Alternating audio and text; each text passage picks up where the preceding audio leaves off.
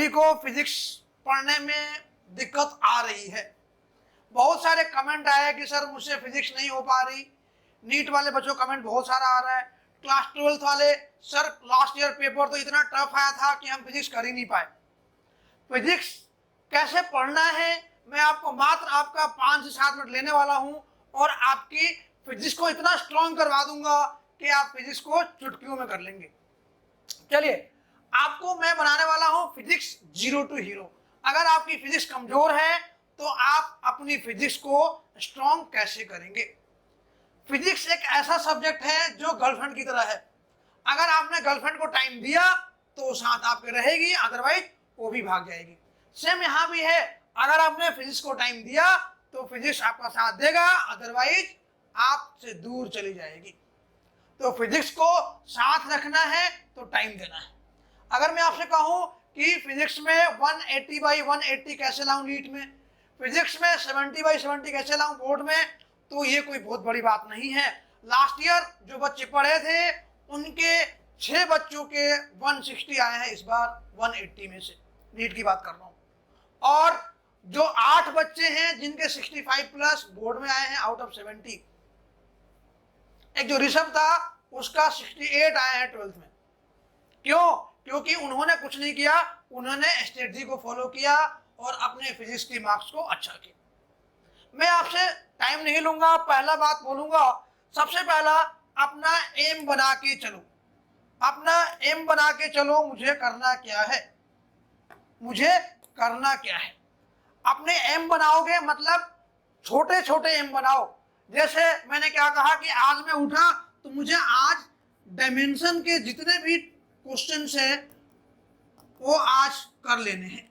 तो आज मैं क्या करूंगा, सुबह डायमेंशन बनाऊंगा, हर फॉर्मूले के डायमेंशन निकालूंगा और उस चैप्टर के बस मेरा ये टारगेट रहेगा कि मैं डायमेंशन केवल किया, डायमेंशन से जो भी क्वेश्चन है मैंने वो क्वेश्चन लगा लिया। अब बच्चे पूछेंगे सर क्वेश्चन कहाँ से आएगा। क्वेश्चन लाने के लिए बहुत सारे सोर्सेस है। आप हमें मैसेज करिए, हमारे पास क्वेश्चन हम आपको भेज देंगे।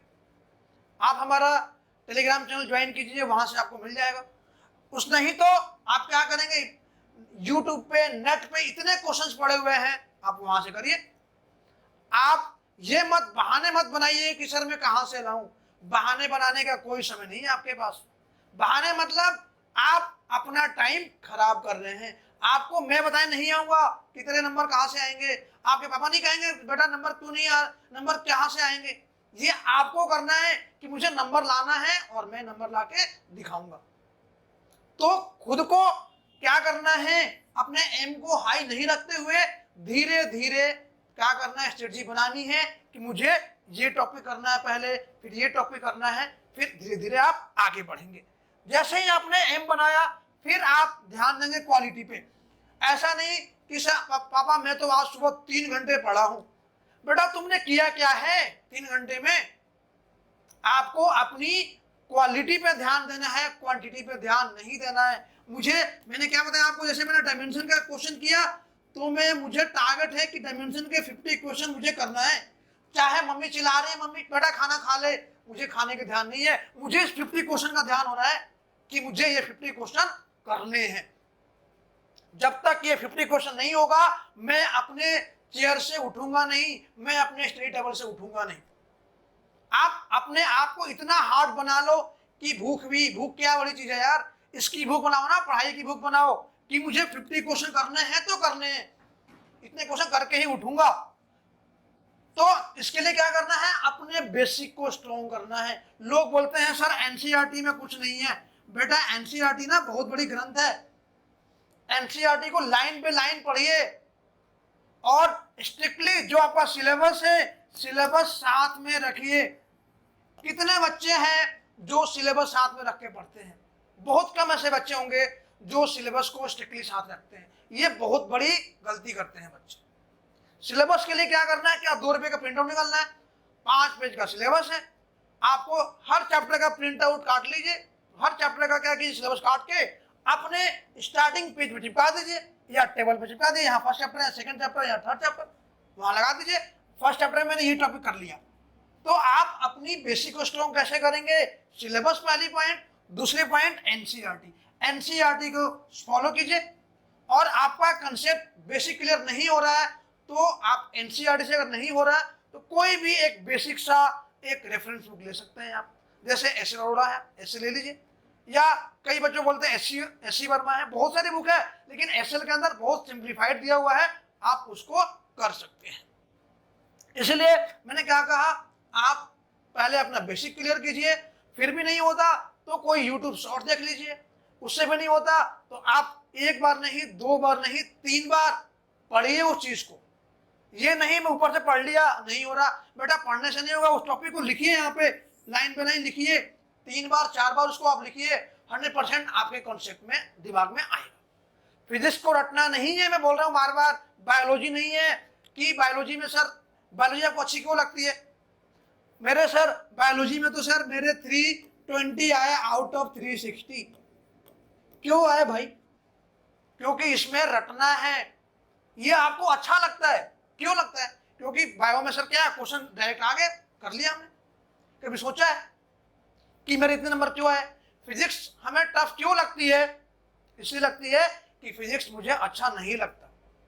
अच्छा क्यों नहीं लगता बेटा? क्योंकि बायो में तो सर पूछा what is the power house of the cell, mitochondria लगा दिया मैंने, ये रट लिया आपने, क्लास 9 से पढ़ते आ रहे हैं। बट यहाँ पे हर क्लास में क्या हो रहा है, हमें कंसेप्ट बढ़ता जा रहा है, हमारा जो लेवल है वो बढ़ता जा रहा है, तो हमें अपने माइंड को यूज करना है। वहां पे क्या करेंगे, सिंपल सा क्वेश्चन शुरू करेंगे। मान लो मैंने कहा स्टार्ट विद एनसीईआरटी एग्जांपल, मैंने बताया ना कि बायो समझ में आ रही है, क्यों आ रही है? क्योंकि बायो क्वेश्चन मुझसे हो जाते हैं, तो अरे यार मजा आ रहा है। तो अगर आपको किसी से मजा आएगा तो आपको मन करेगा वो करने का। सेम यहाँ पे वही है, start with the NCERT examples. NCERT examples का मतलब क्या हुआ, अगर मैं मान लो डायमेंशन चैप्टर क्वेश्चन कर रहा हूँ और अगर मैंने डायमेंशन का एक एग्जांपल कर लिया तो भाई मुझे मजा आएगा ना कि सर मैंने क्वेश्चन कर लिया ये वाला, भाई मेरे क्वेश्चन हो गया मेरे से। अब वैसे ही दूसरा क्वेश्चन मैं कर लिया, मैंने एग्जांपल की बात कर रहा हूँ, तो जिसमें जब हमसे क्वेश्चन होना शुरू हो जाता है तो उसमें हमें मजा आना शुरू हो जाता है। तो जिसमें मजा आएगा वहीं पे हमें काम करने में मन लगता है। सेम चीज यहाँ भी है, अगर आपको मजे आने लगे, मतलब आपको फिजिक्स समझ में आने लगी, क्वेश्चन आपसे होने लगा, तो आप सोचोगे कि अरे मुझे तो फिजिक्स आने लगी यार, मजा आ गया। सेम कंडीशन यहाँ पे भी है। दूसरा मैंने कहा don't mix up with the questions, mug up नहीं करे। मैं डायमेंशन चैप्टर कर रहा हूँ, अरे यार एक क्वेश्चन उसने दोस्त ने भेज दिया कि तू रोटेशन कर ले, भाई नहीं करना, भाई मैं अभी डायमेंशन कर रहा हूँ वही करूंगा, दूसरे फार्मूला तीसरे फार्मूला में यूज नहीं करूंगा। मेरा टारगेट है आज मैं डायमेंशन के 50 क्वेश्चंस करूंगा तो करूंगा। इसका मतलब हमें मगअप नहीं करना है, क्वेश्चंस को मिक्सअप नहीं करना है, कंफ्यूज नहीं होना है, क्योंकि माइंड क्या है, बहुत ही छोटी सी मशीन है, इसमें जितना आना है उतना ही आएगा, 10 तरह की बातें सोचेंगे नहीं आएगा दिमाग में, इसलिए आपको ये ध्यान रखना है। फिर आपको मैंने क्या कहा, क्वेश्चन को हमें रीड नहीं करना है। कई बच्चे क्या करते हैं, अरे यार मैंने क्वेश्चंस को रीड किया और रीड करने पे मुझे समझ में नहीं आ रहा है। हमें केवल रीड नहीं करना है, क्वेश्चंस को आंसर भी करना है, ट्राई करना है। भाई एनसीईआरटी में मुझे क्वेश्चन आता है, बट आप क्वेश्चन जब करने बैठेंगे उसमें आपसे कुछ गलतियां होगी, उस गलतियां को दूर कैसे करेंगे, जब हम करेंगे। अगर डायरेक्ट पेपर में आप करने जाएंगे तो क्या होगा, आपसे वहीं पे गलती करेंगे पेपर में, अरे यार तो मुझे आता था यार, कैसे गलती हो गई मेरे से? क्योंकि आपने उसको लिख के नहीं करा, आपने उसको आंसर नहीं करा। करना क्या है आपको, आपको आंसर देना है, पढ़ना नहीं है, क्योंकि फिजिक्स पढ़ने से नहीं आती, करने से आती है, समझने से आती है। तो बच्चों आपको क्या करना है, फिजिक्स का आंसर देना है, फिजिक्स को पढ़ना नहीं है। फिर मैंने क्या लिखा है, रिसोर्सेस क्या यूज करें। बहुत सारे बच्चों के मन में डाउट होता है कि सर मैं किस बुक से पढ़ूं, क्या क्या यूज करूं। तो कुछ नहीं करना है आपको, सिंपल 3 पॉइंट का ध्यान रखना है, सिंपल सा 3 पॉइंट है आपको वो ध्यान रखना है। क्या है ध्यान रखना आपको, सबसे पहले सॉल्व एग्जांपल। मैंने क्या कहा, एनसीईआरटी के जितने एग्जांपल है उसको कर जाने हैं। उसको करने से आपको कॉन्फिडेंस मिलेगा कि भाई मैं क्वेश्चन तो कर पा रहा हूँ, मुझे तो आ रहा है, अरे वाह मैं फिजिक्स कर लूंगा। जब तक आपके दिमाग में ये नहीं आएगा कि फिजिक्स एक हवा है, फिजिक्स मुझे समझ में नहीं आ रही है, जब तक आपके दिमाग में ये रहेगा फिजिक्स आपसे नहीं होने वाली। तो आप क्या करेंगे, एनसीईआरटी के एग्जांपल स्टार्ट करें, फिर एनसीईआरटी के एक्सरसाइज करें, अगर एक्सरसाइज नहीं हो रहा आपसे तो आप मदद लें, आप हमें कमेंट करें, हम आपको सॉल्व करके दिखाएंगे। हमारी वीडियो देखें, यूट्यूब पे सारे एग्जाम्पल हमने दे रखे हैं, एनसीईआरटी के बैक क्वेश्चंस करा रखे हैं हमने। फिर भी समझ में नहीं आ रहे, आप नेट का यूज करें, आपके पास बहुत सारे बुक है, इसमें सोल्यूशन है, सोल्यूशन देखें और सॉल्व करें, लिख के सॉल्व करें। कैसे नहीं आएगा आप देखें। फिर प्रैक्टिस क्वेश्चंस प्रैक्टिस करें। किसी भी इंस्टीट्यूट का आपने ले लिया, जो बुक मिलती है क्वेश्चन प्रैक्टिस मिलती है वो ले लिया, या फिर किसी की क्वेश्चन बैंक ले लिया, या आपके ऑनलाइन बहुत सारे क्वेश्चन वो मिल गए, और पीवाईक्यू ले लिया चैप्टर का, क्वेश्चन की प्रैक्टिस किया। तो हमें तीन ही चीज ध्यान रखना है, कौन सा, एक सॉल्व एग्जाम्पल, एनसीईआरटी एक्सरसाइज, और तीसरा क्वेश्चन पेपर। क्वेश्चन पेपर क्या होगा, या तो आप प्रैक्टिस करिए, सॉल्व पेपर करिए, या आप पीवाईक्यू करिए, आपका यहाँ से रिसोर्सेज, यहाँ से सारे फिजिक्स का यूज हो जाएगा। फिर बच्चे बोलते हैं सर क्वेश्चन देख के दिमाग घूम जाता है, ये ट्रिक कैसे लगाएं। इसके लिए हमें क्या करना है, दिमाग घुमाना नहीं है बेटा, कुछ नहीं करना है। करना क्या है, पहले क्वेश्चन पढ़ेंगे और क्या गिवन है वो लिखेंगे। जैसे मैं आपसे एग्जांपल देता हूं, एक इक्वेशन ऑफ मोशन की बात करूंगा। जैसे इनिशियल वेलोसिटी गिवन है आपको 20 मीटर पर सेकेंड मान लिया, v गिवन है आपको, a गिवन है आपको समथिंग, और हमें a गिवन है और हमें टाइम निकालना है। भाई हमारे पास दिमाग में घूमेगा कि ये चार चीज तो गिवन है, टाइम निकालना है, फॉर्मूला कौन कौन सा है, लिखूंगा फॉर्मूला यहाँ पे, अरे सर ये फॉर्मूला लग जाएगा भाई। तो इससे दिमाग आपका खुलना शुरू हो जाएगा। जो दिमाग आपका चकरा गया है ना, घूम गया है ना, कि सर कि भाई मैं क्वेश्चन देख के मेरा दिमाग घूम गया और मैं कर नहीं पाया, इस तरह से आप कंफ्यूज नहीं हुए।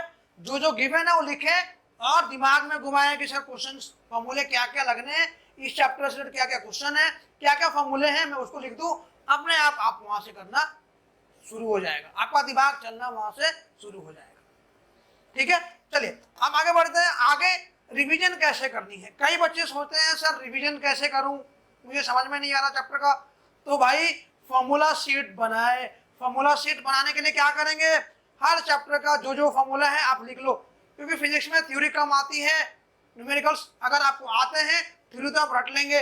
मैं ये जरूर कहूंगा कि आप थ्योरी रट लेंगे, फिजिक्स में थोड़ा बहुत रटना भी पड़ता है, 5-10% आप डेफिनेशन रट लेंगे, लेकिन 90% क्या आपका फॉर्मूला शीट बनाने से आपके चैप्टर की क्लियरिटी होगी और आप इजीली उस चैप्टर्स के न्यूमेरिकल कर पाएंगे।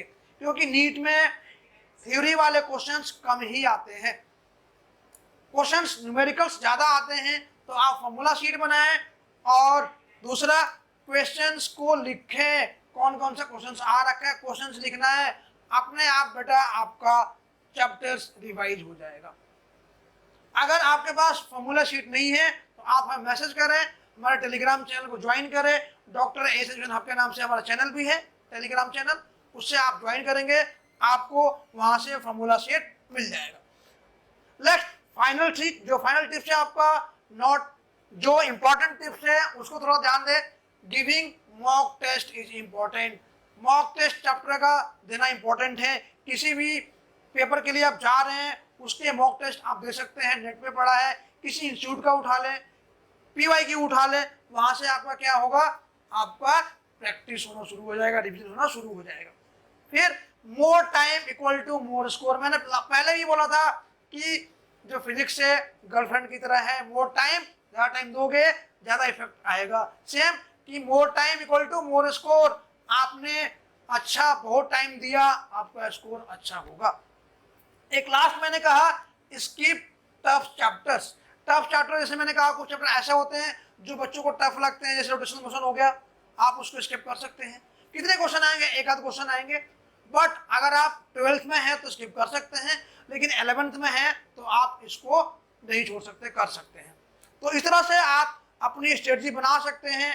फिजिक्स में मार्क्स कैसे लाने हैं, फिजिक्स आपका 100% 0 to हीरो हो जाएगा।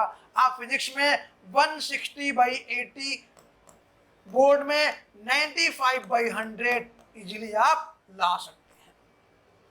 तो होप आपने वीडियो को पूरा देखा होगा, आपको दिमाग में घुसा होगा कैसे करना है, आपको क्लियर, आपके अंदर दिमाग के अंदर पिक्चर क्लियर हो गई होगी आप कैसे हमें तैयारी करनी है फिजिक्स की। तो बच्चों आप इस टिप्स को फॉलो करें और आई गारंटी आपका फिजिक्स बहुत ही अच्छा होगा और बोर्ड में आप और आपके नीट में आप बहुत अच्छा कर पाएंगे। बेस्ट ऑफ लक बच्चों आपके बोर्ड्स के लिए, नीट के लिए। मिलते हैं नेक्स्ट वीडियो में। अगर आपकी कोई क्वेरी होगी आप हमें मैसेज करिए, आप हमें पिंग कीजिए। मिलते हैं आपसे अगले वीडियो में। बाय बाय बच्चों।